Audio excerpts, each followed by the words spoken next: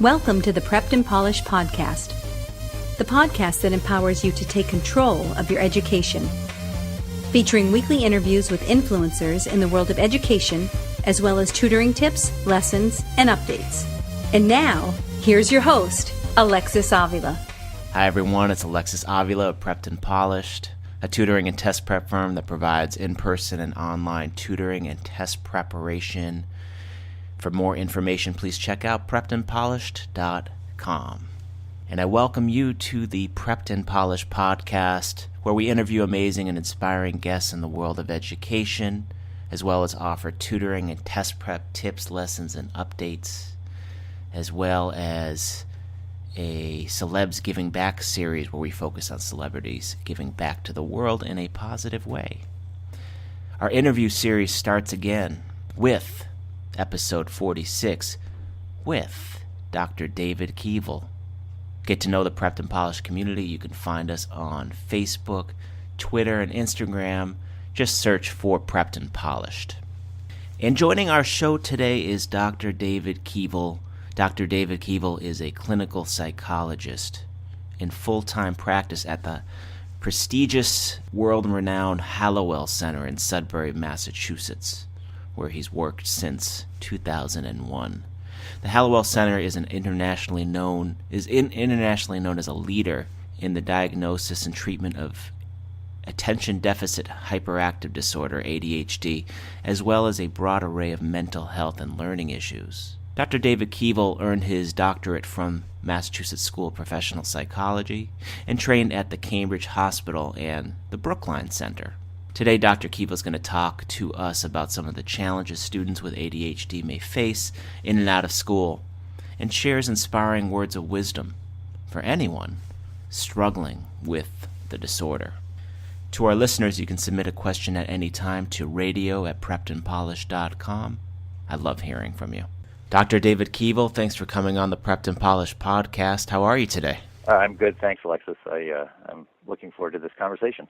Awesome. So, can you focus on a couple pivotal moments that brings you here with us today as a clinician who helps children and adults learn to better manage their learning disabilities, especially the ADHD? A couple of moments. The first was before I was a psychologist, and I guess it's a sort of a somewhat generic moment at the time. I was working at the University of California teaching writing, and I was a administrator in an academic writing program, and it was my job to talk with students who were having a really difficult time and sort of figure out what sort of support they needed. And it just became clear that number one, that I really enjoyed doing that. I enjoyed doing that more than teaching, and also that it was obvious that people have very different learning styles and very different needs. Something that I, of course, knew sort of generically or theoretically, but that I could see in close contact talking with students. So at that point, I decided to go back to school and get a doctorate, become a psychologist. I did that. And then I was not realizing that I was going to focus more specifically on learning issues and how they intersect with sort of a broader range of human issues, and was working at a clinic actually in Brockton, Massachusetts. And it simply became clear, talking to unhappy teenagers, that if I didn't understand very specifically what was going on with them at school and what was going on with their learning and with their intersection with their peers and with their families and so forth, then I really wasn't going to be able to help them. And so shortly thereafter, I began working at the Hallowell Center and focused much more on this kind of work. Awesome. And what is the Hallowell Center, and what makes it a premier destination for those struggling with learning disabilities? Yeah, the Hallowell Center, the one I work at, is located in Sudbury, Massachusetts, which was the first one. It was started, I believe, in the 1990s by Dr. Ned Halliwell, a psychiatrist, who's written a number of books, probably the best known of which is there are two, Delivered from Distraction, and before that, Driven to Distraction, about ADD and how it affects ADHD, how it affects children and adults. He and his colleague Paul Sorgi started the center. I'm a psychologist there. We also have neuropsychologists, LICSW, social workers, psychiatrists, and coaches and so forth. So it's a sort of the intent is to have a sort of one-stop destination for people with a variety of issues, but we focus largely on ADHD and other kind of learning differences, as well as related mental health issues. That's awesome. We need more centers like that. We're kind of like a one-stop shop, so that's great. Yeah, it's nice for clients coming in because they can, they can go just down the hall and talk with someone else or some other sort of service, but it's also good for the clinicians who can, we bump into each other all the time and have all sorts of informal conversations as well as formal ones about people we're working with and what seems to help them most. So it's a good place for both clinicians and clients. Oh, great. What is ADHD to you? And have you seen the definition of ADHD change over the past 10, 20 years, or has it stayed the same? Well, that's a lovely question, and there's lots of things that I could say about it. So what is it to me? If I had to answer with one thing first, I would say that it is an attempt to describe a way of being in the world, a way of perceiving, learning, making sense of your world and responding that is somewhat unusual. I mean, and by unusual, I just mean statistically. It's like not everybody, in very broad terms, thinks or perceives or processes this way. And again, I mean this very broadly. There are lots and lots and lots of, everybody's somewhat different. And this is an attempt to sort of group together, again, very broadly or sort of loosely, people who seem to have something in common about their learning and processing and being. I think one of the things I like about working at the Hallowell Center is that I think Ned Halliwell and others have had a whole lot to do with the perception of it changing. Wow. Although I can't say that it's changed as much as I would like to see. When I was in school, I can look back and I know, 2 or 3 at least kids who I know in retrospect must have had ADHD. At the time, we thought they were probably irritating, lazy, all these kinds of things. And I think there's been a lot of work done to try to change that perception. And rather than look at it just as a sort of something where difficulties are caused, this is in addition, Ned Howell and others have had a lot to do with seeing the strengths that come along with this different sort of way of learning or perceiving. Wow. And I noticed that. Yeah, actually, I think so too. I think it's actually a really big deal. Now, when I, in the 80s, 90s, like when I was in grade school, not a lot of kids had came forward with the official ADHD diagnosis. Today, you hear more kids coming forward with it. Is that because in those days there was no way of telling?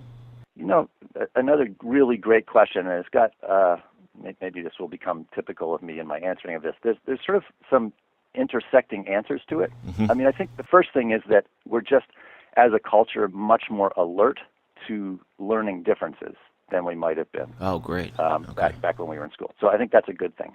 I think we also live in a very distracting world that's far more distracting. I'm fond of telling people, I grew up without a TV, which would now be, inconceivable. And also, even if you had a TV, it went off at midnight. There was really nothing to do when I was growing up after midnight. And so I went to bed. And now we live in a world where you can be distracted 24/7 and in increasingly efficient and effective ways, that there are massive financial engines behind the attempts to distract people more and more efficiently. We also live in a world where there's more and more, I think, based on my experience growing up, more and more fear about a child's performance. Like, will they be able to keep up? Will they be able to perform? Will they be able to get a good job and make it out in the world, whatever making it seems to mean? And so I think kids feel even more fear and pressure from the sort of culture around them now than they used to. That's my perception, at least. Oh, wow. And so I think that in other words, so there's some intersection of legitimately diagnosing perceiving like ADHD as a kind of learning difference that needs to be accommodated. But there's also, as you know, pressure to like, we need to fix this kid. And I mean fix with big quotation marks around it, because he or she is not fitting in, and if he or she doesn't fit in, they're really in trouble. And I think is often counterproductive. Absolutely. And are there different types of ADHD? Like there's hyperactive, right, and inattentive. Are those the only two types? Yep. The third is just a combination of the two. Okay. There's a guy named Daniel Amen, who you may have heard of, who based on SPEC scans that he's done in his center, says that there are 6 different types. But in terms of the DSM-5, there are 3 different types: the hyperactive and impulsive, inattentive, and then just combined. Oh, okay. I can talk a lot more about that, but I'm not sure. Yeah, that's another right podcast. Another time, yeah. So what are, you see a lot of students, and what are the challenges you see that students with ADHD face today in school? Well, I would very broadly divide the answer into 2 parts. One is, and they can't really be divided because they're intersected, but if we divide them just for the purposes of discussion, one is academic. People with ADHD have a more difficult time focusing on things that they find inherently boring than their peers. And so, and you can see it happen on MRI scans and so forth. It's not something that has to do with laziness or not caring. It simply has to do with essentially blood supply to different networks in the brain. And so if I have ADHD and the thing that's happening in front of me or around me is not really interesting to me, then my brain will shut down. I will look for other sources of stimulus. And so to sit through a conventional class where someone's talking about something that I don't find very interesting is often just absolutely impossible. And I mean literally impossible. Like, you can't make it happen. You can make it happen briefly by scaring the kid or something like this, but that doesn't, not that I'm advocating that, but it's often tried. It's often tried, and it's not very effective, and especially long-term, what you tend to have is an angry, depressed kid. Medication helps with that to some degree, but doesn't always help as much as we'd like. So that's one of the challenges, comes from that sort of thing, and there's lots and lots of ramifications of that and different aspects of that. The other is social. Okay. School, growing up and becoming an adult and continuing to be an adult is a lot of that is about how you get along with other people. And school is partly academic, but it's for many kids that the main thing that's going on is social. And one thing that's really struck me increasingly over the years, and I work with all ages, and so I see this very much in my adult clients as well, is that ADD often gets in the way of or disrupts people's ability to connect with others. And that's profound and deeply problematic from my point of view. And so, as a psychologist who does primarily, different versions of psychotherapy, what I end up seeing is people who are depressed, angry, anxious, and so forth, often because they're having just enormous difficulty figuring out how to get along with the people around them. And so that's the other aspect of it, I think, in terms of school. Wow. And so what just a couple tips or strategies that come to your mind when you work with a student with ADHD facing troubles with those grades? Yep. Well, the first thing that I really want to jump in on often, I mean, this is assuming that the kid's not, just terribly depressed and we need to sort of jump in there. But if it's primarily around getting more work done, the first thing I want to address is that the very strong belief that learning is collaborative, that we often have this kind of John Wayne approach to learning that it's all you has to be all your own work, and you can't really rely on anyone else to help you produce the thing that's being called for, which, if you think about the working world, is rarely, if ever, the case. Of course. Different ways of looking at this, but both you and I, I'm sure, rely on the people around us to help us with the things that we don't do efficiently, or that aren't the center of what our job is. And even with what's the center of our job, I know I'm often talking to colleagues, or collaborating with other people, or calling in consultants, or any of these kinds of things. So one of the first things it's a sort of overarching tip, is I'll work with people on who's your team. who's on the team.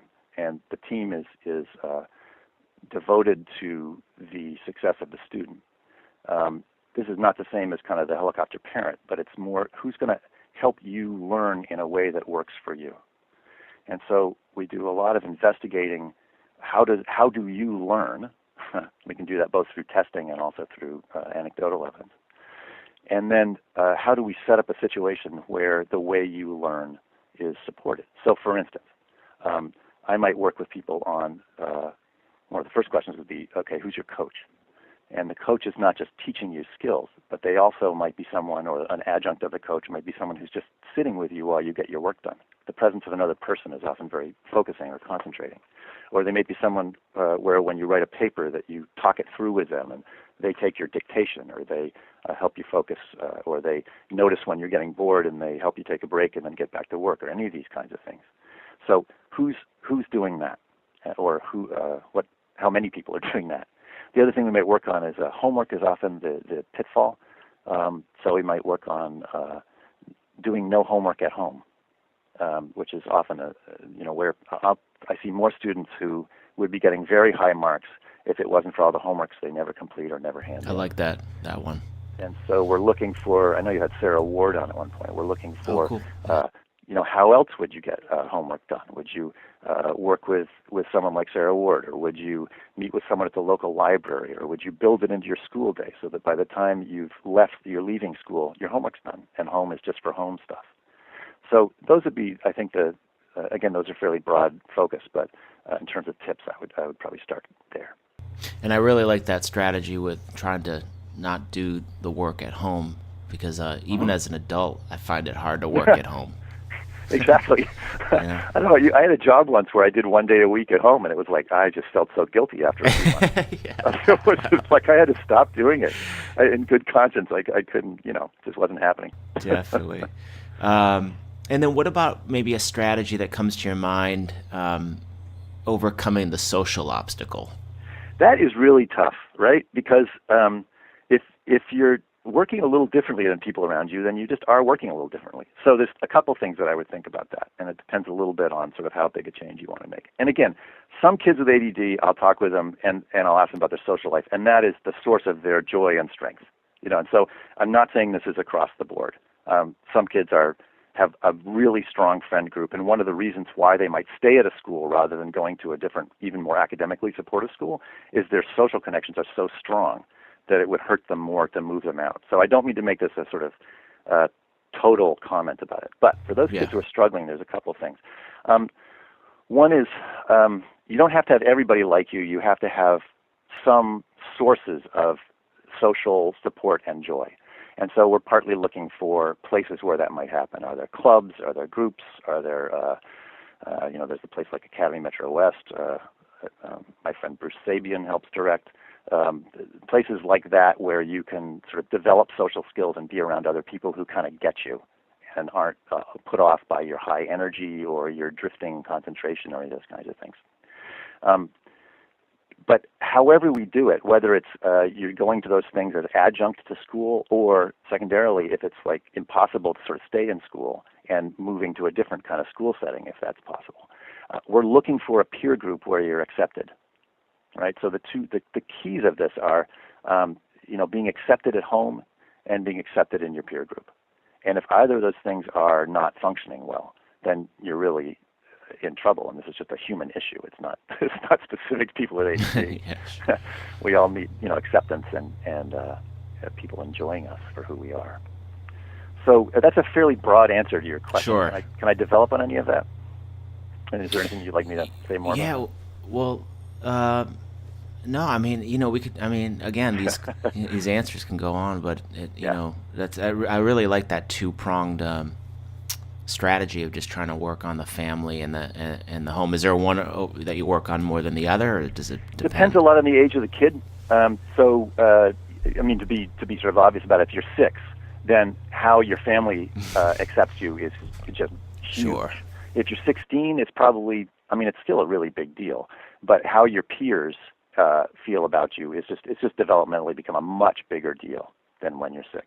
And so, but that being said, I want to start when you're earlier than 6, getting you into situations where you feel like people care about you. Because so many of the kids I see are so sad and so unhappy because they feel like they haven't fit in sort of forever. Since they were small, people were telling them that what they were doing was not okay. And this can happen very subtly.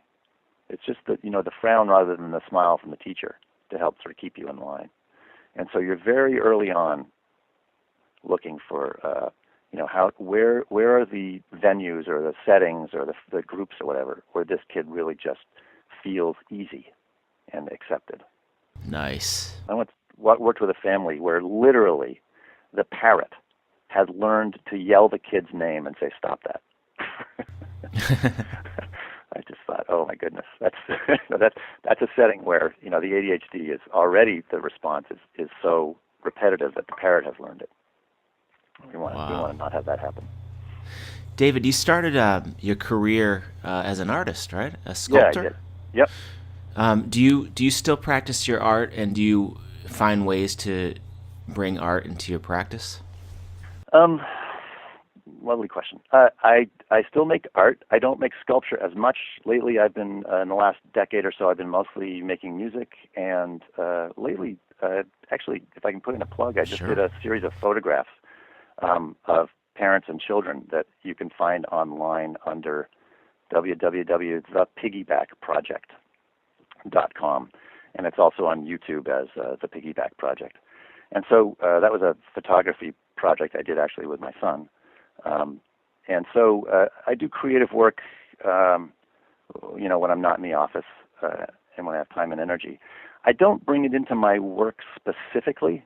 I think it's more that doing creative work taught me a number of things about difference. Going to art school was lovely in terms of being around people who think sort of differently than the common thread, and being in the art world was like that. And also knowing that people can get places by many different. I mean, here I am now, a psychologist, not where I expected to start out, but not what I expected when I started out. And so I know that there's a lot of paths to get where you might be going. So it helps in that way too. And then finally, just the belief in the importance of creative life, and also in a sort of physical, nonverbal, emotional life, and supporting that in my clients as much as I can. That's awesome. And what do you find most rewarding part of your work? Well, it is very rewarding. This sounds like a cliche, but it's really true. I'm really honored to be part of things that are so important to people. So when someone's coming in and they're really needing to change and they're really struggling, to be able to be in any way helpful with that is a real honor. It's also a wonderful challenge, intellectually, emotionally, interpersonally. So at any given moment, I'm being drawn into the interaction and the work in a number of different powerful ways. And then it is creative. You're trying to sort of help make something happen. You're trying to find a way through with people, trying to help them become more who they sort of want to be or who they discover themselves to be. And that's just, I find it very moving. So those are all answers to that question. And how can we get in touch with you? The easiest way is to contact the Hallowell Center, and that's in Sudbury, Mass, and they've got a phone number which I can give you and all that sort of stuff. And then that's probably the simplest. I have an email address, but it's probably not the best way to get in touch. Probably through the center is the best way. Okay, awesome. And to any teens listening to the podcast today, any advice before they cross that bridge into young adulthood? Oh, Lord, yeah.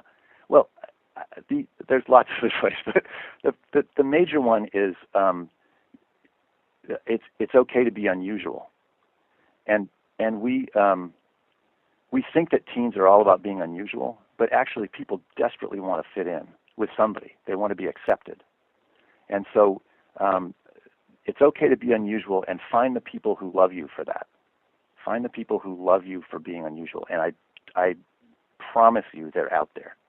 They really are out there, and it's just a question. It's not just, but it's a big question of going forward and finding that, and find the people who will support you in that search. Dr. David Keevil, thanks for joining us on the Prepped and Polished podcast. Really appreciate your time. It's been a real pleasure, Alexis. Thanks very much for inviting me. And this wraps up our show today with Dr. David Keevil. To learn about David's amazing work at the Hallowell Center, visit www.drhallowell.com, www.drhallowell.com. Also, for excellent strategies for improving executive function skills, be sure to go back and listen in to podcast episode number 32 with executive function expert Sarah Ward. Thank you for joining us on the Prepped and Polished podcast. Now go out there and take control of your education. You've been listening to the Prepped and Polished podcast. For more information, check out preppedandpolished.com. Also, you can follow us on Facebook and Twitter. Thanks for listening. Class dismissed.